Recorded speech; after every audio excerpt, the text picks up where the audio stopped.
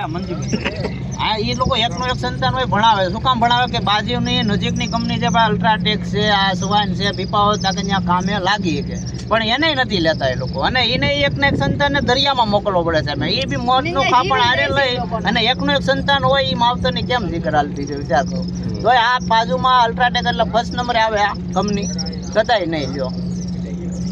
એટલે રોજગારનો મેન પ્રશ્ન અત્યારે આપણો પ્રશ્ન રોજગારનો તો વર્ષોથી છે જ તે.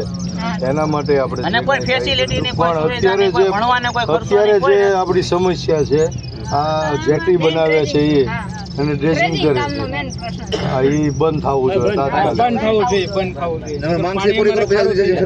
એની કરતા આપણે જે નુકસાન થાય છે એ આ લોકોને પચાસ નથી, આપણે એનો તમે ઉકેલ લાવો.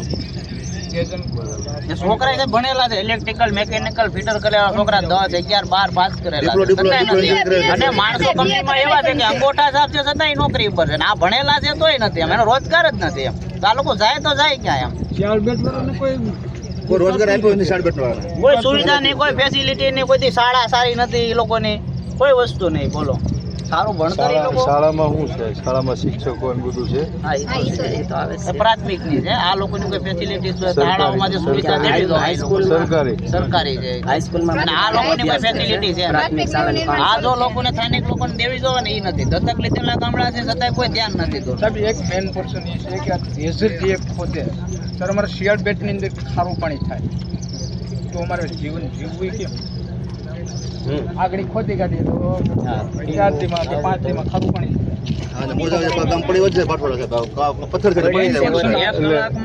ડ્રેસિંગ કરે બરાબર, એટલે અંદર ઉતરે, ઊંડું જાય પાણી. એને લીધે થઈને તળ છે એ ખારા થઈ